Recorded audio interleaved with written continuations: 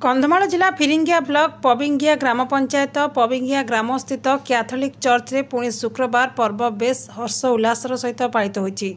जगतर त्राणकर्ता एकमात्र ईश्वर प्रभु जीशुख्रीष्ट जगत को पापमुक्त करने एही दिन कुशवृद्ध होइथिले और प्राणत्याग करथिले। ख्रीष्ट विश्वासी माने एही दिवस को प्रभु जीशुंकर बलिदान दिवस रूपे पालन करिथांती।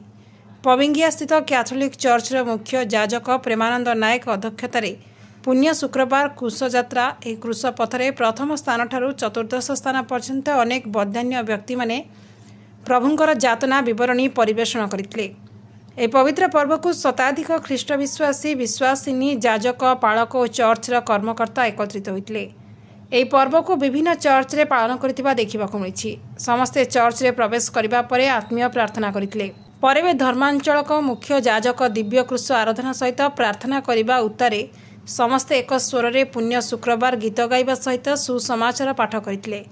तत्परे प्रभुंकर आराधना और मुख्य याजकों द्वारा प्रार्थना करा जायतिला। उपस्थित समस्त विश्वासी और विश्वासिनी माननकु बाइबल शिक्षा दियाजिबा परे क्रूश चुम्बन करी शेष प्रार्थना करी उक्त दिवसर प्रार्थना कार्यक्रम समापन करा जायतिला।